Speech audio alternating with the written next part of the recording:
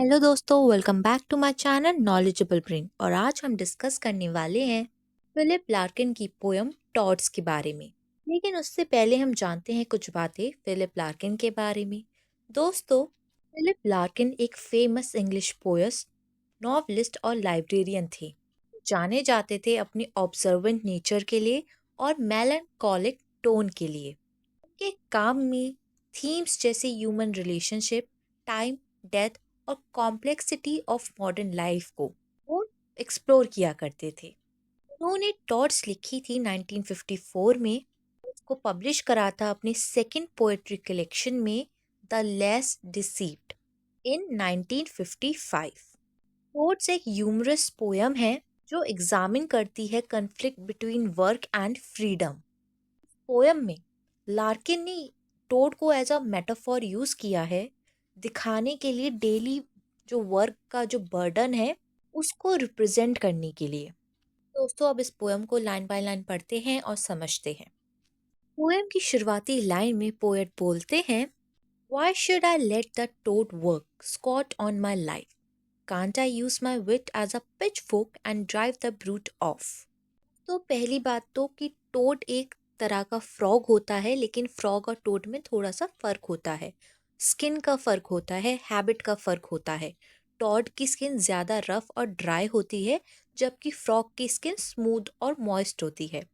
Tod ज़्यादातर dry areas में रहता है और टॉड की बॉडी ज़्यादा छोटी और मोटी है और उनके पैर छोटे होते हैं, जो उन्हें ज़्यादा जंप करने में मदद नहीं करते। शुरुआती स्टैंजा में स्पीकर क्वेश्चन कर रहा है कि क्यों वो अपने लाइफ में टोड को कंट्रोल करने दी। टोड जो लाइफ के बर्डन को रिप्रेजेंट करता है, वो उनकी लाइफ में स्क्वैश कर रहा है। वो चाहते हैं कि अपनी इंटेलिजेंस का यूज़ करे पिच फॉक की तरह और इस टोड को अपनी लाइफ से निकाल दे। तो स्क्वैश मतलब प्रेस करना या फिर push करना। पिचफोर्क का मतलब होता है 3 या 4 तरीके। वो बोल रहे हैं कि काम का बर्डन उन्हें डिप्रेस कर रहा है, उन्हें पूरी तरीके से क्रश कर रहा है। वो चाहते हैं कि वो अपनी इंटेलिजेंस का यूज करके उस बर्डन को अपनी लाइफ से निकाल दें। आगे वो बोलते हैं, 6 days of the week it works, it's false, with its silkling poison just for paying a few bills। दोस्तों, इन लाइनों में स्पीकर अपनी फ्रस्ट्रेशन को शो करते हैं। वो कह रहे हैं कि वर्क हर हफ्ते के 6 दिन चलती है, 6 दिन काम करते हैं और ये फॉल्स और सिकिंग पॉइजन की तरह फील होता है। मतलब जो रिवॉर्ड मिलता है वो बहुत कम है, जो सिर्फ उनके कुछ बिल्स को ही पे कर सकता है। मतलब उन्हें पैसे कम मिलते हैं, उनकी सैलरी है, और जबकि वो 6 दिन काम करते हैं।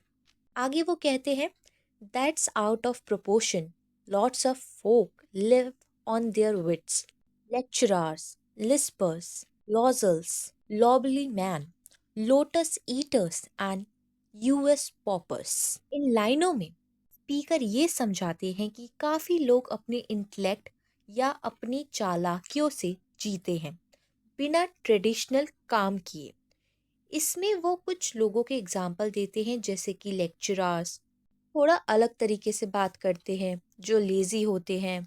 लोटस ईटर्स, जो ऐसे लोग होते हैं जो सिर्फ प्लेजर में रहते हैं। ये लोग अपनी लाइफ को किसी तरह से मैनेज कर लेते हैं बिना कन्वेंशनल काम किए। तो कन्वेंशनल वर्क का मतलब होता है ऐसा काम जो ट्रेडिशनल या स्टैब्लिश तरीके से किया जाता है। फॉर एग्जाम्पल 9 to 5 जॉब, ऐसा काम जिसमें लोग ऑफिस के ट्रेडिशनल टाइमिंग को फॉलो करते हैं। एक फिक्स्ड आवर्स है काम करने के लिए, क्लियर रिस्पॉन्सिबिलिटीज होती हैं, टास्क होते हैं। दोस्तों, अब तक हमने समझा है कि स्पीकर बात कर रहे हैं काम के बर्डन की, डेली लाइफ के काम की, जहाँ पे वो 6 घंटे काम करते हैं और उन्हें सैलरी बहुत ही कम मिलती है, जो उनके कुछ बिल्स ही पे कर सकते हैं। और वो कुछ ऑक्यूपेशन के नाम लेते हैं कि कुछ ऐसे लोग भी हैं, ऐसे ऑक्यूपेशन भी हैं जो अपनी लाइफ को किसी तरह से मैनेज कर लेते हैं बिना कोई काम किए। तो मैंने फिलिप लार्किन की पहले भी काफ़ी सारी पोएम्स डाली है जैसे कि डिसेप्शन, जज गोइंग, कट ग्रास और एम्बुलेंस। आप जाके मेरे चैनल पे देख सकते हैं। और साथ ही अगर आपको इंग्लिश लिटरेचर में कोई और वीडियो चाहिए तो प्लीज़ मुझे कमेंट सेक्शन में लिख के ज़रूर बताइएगा। और हमारे चैनल को सब्सक्राइब कर लीजिएगा ताकि आप आने वाली वीडियोस को मिस ना करें। और ज़रूर हमें ये भी बताया करिए कि आपको वीडियोस कैसी लगती है। ये पोयम को अब आगे पढ़ते हैं। ये स्पीकर बोलते हैं, lots of folk live up lanes with fires in a bucket, eat windfalls and tint sardines, they seem to like it। लाइनों में स्पीकर बोल रहे हैं कि कुछ लोग अपनी लाइफ बहुत ही सिंपल और हम्बल तरीके से जीते हैं। Live a plains with fire in a bucket का मतलब है कि ये लोग जिंदगी में बेसिक चीज़ों के साथ खुश होते हैं, जैसे एक बकेट में आग जलाना। ये काफ़ी बेसिक और प्रिमिटिव लाइफस्टाइल है यहाँ पे मॉडर्न कंफर्ट नहीं है। ईट विंडफॉल एंड टिंट सर्डिनेस, यहाँ पे स्पीकर बोलते हैं कि ये लोग ज़्यादा फैंसी या लग्जरियस नहीं होते। विंडफॉल का मतलब है वो फ्रूट्स जो नेचुरली गिर जाते हैं। और टिंट सर्डिनेस का मतलब है केन सर्डिनेस, जो एक बेसिक और लो कॉस्ट फूड आइटम है। ये सब चीज़ें ये लोग खाना पसंद करते हैं। मतलब कि ये लोग बहुत ही सिंपल लोग हैं जो सादगी के साथ अपनी लाइफ को गुजार रहे हैं।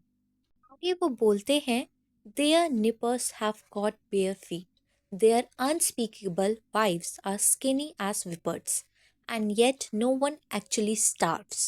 दोस्तों, इन लाइनों में स्पीकर डिस्क्राइब कर रहे हैं एक बहुत ही पुअर वर्किंग क्लास लाइफस्टाइल के बारे में बताते हैं।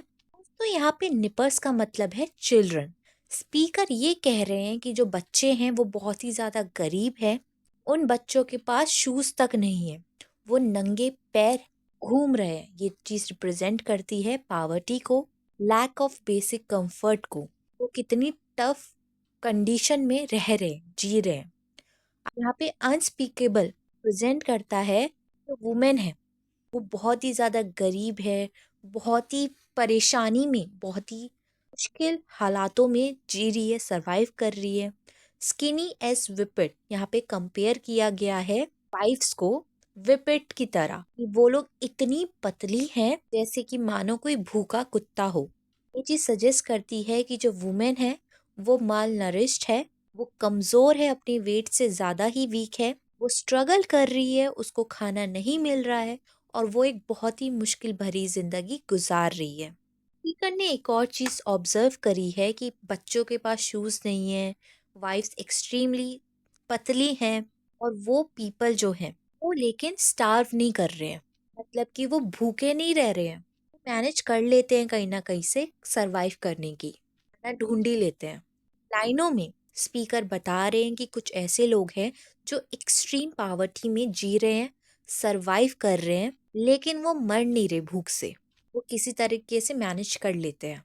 आगे वो बोलते हैं, आ वर आई courageous enough to shout stuff your pension, but I know all too well that's the stuff that dreams are made on। लाइनों में स्पीकर अपनी फ्रस्ट्रेशन निकाल रहे हैं सोसाइटल नॉर्म्स के ऊपर, कन्वेंशनल पाथ ऑफ लाइफ के लिए। लाइनों में स्पीकर ये सोच रहा है कि अगर वो उतना हिम्मत वाला होता तो वो ट्रेडिशनल लाइफ के रूल्स को रिजेक्ट कर देता। स्टफ योर पेंशन का मतलब है कि वो अपनी ज़िंदगी में पेंशन और फाइनेंशियल सिक्योरिटी के लिए काम करने के आइडिया को रिजेक्ट कर देता। वो चाह रहा है कि वो सिस्टम से फ्री हो जाए, बिना अपनी ज़िंदगी को लॉन्ग टर्म सिक्योरिटी के लिए बांधने के बजाय।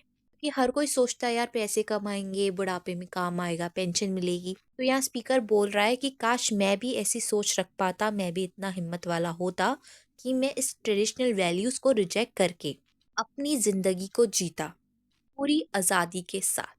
यहाँ पे स्पीकर अपनी फ्रस्ट्रेशन के बावजूद ये समझाता है कि पेंशन और फाइनेंशियल सिक्योरिटी वो चीज़ें हैं जो लोगों के सपने होते हैं, ये ड्रीम है जो उन्हें काम करने पर मजबूर करता है।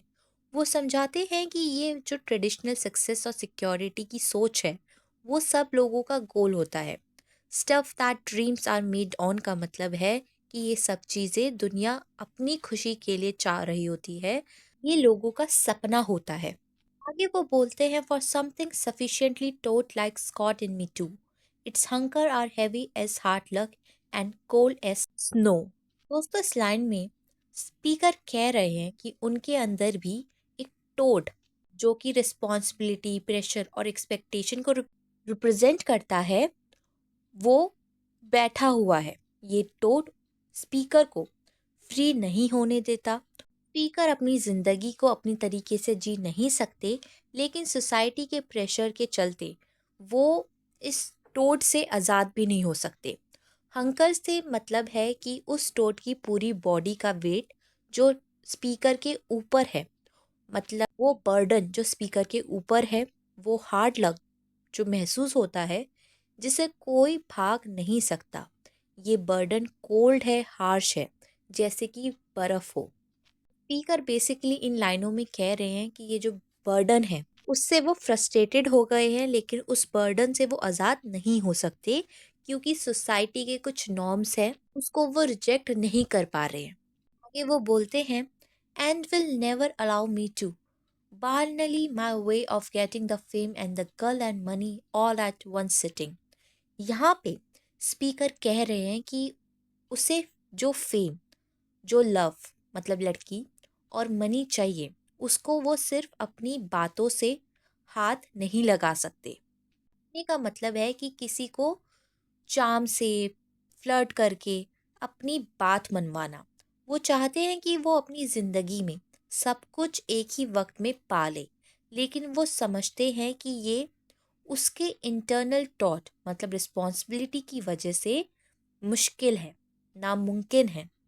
ये वो सोच है जो शॉर्टकट चाहती है, जिसमें वो सब कुछ आसानी से मिल जाए, लेकिन वो अपनी रिस्पॉन्सिबिलिटीज, अपनी बर्डन की वजह से, अपने काम के बर्डन की वजह से ये सब कुछ पा नहीं सकते।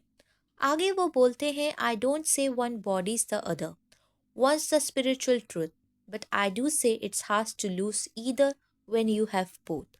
इस लाइनों में स्पीकर कह रहे हैं कि मटेरियल सक्सेस जैसे पैसा, फेम और स्पिरिचुअल फुलफिलमेंट जो अंदर से शांति और मीनिंग मिलता है, एक दूसरे को रिप्लेस नहीं करते।